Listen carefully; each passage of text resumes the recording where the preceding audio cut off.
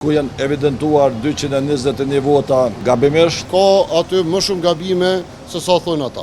Derisa vendi ishte në pritjen e certifikimit të rezultatit të zgjedhjeve për të filluar afati 30 ditor për të konstituar Kuvendi i Kosovës, në panelin zgjedhor për ankesa dhe parashtresa, dy kandidatët e Partisë Demokratike të Kosovës për deputet Bekim Haxhiu dhe Qëndrim Kryeziu kanë dorëzuar ankesë duke kërkuar rinumërim të plotë të votave të kandidatëve për deputet të kësaj partie. Ka 96 orë ku paneli zgjedhor për ankesa dhe parashtresa për të trajtuar ankesën e tyre. Megjithatë, edhe pas vendimit të PZAP-s, përsëri ka afat 48 orësh për të dorëzuar ndonjë ankesë në Gjykatën Supreme.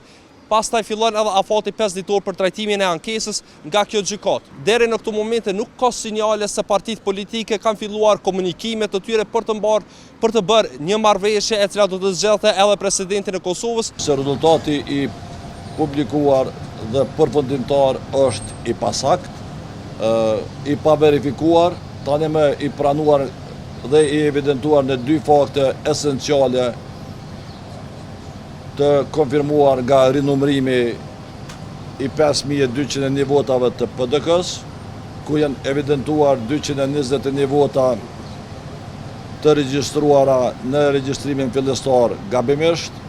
Në mbledhjen numër 69 të KQZ-s, kryesuesi Kreshnik Radonici e pranoi faktin që rezultati përfundimtar është i pasakt.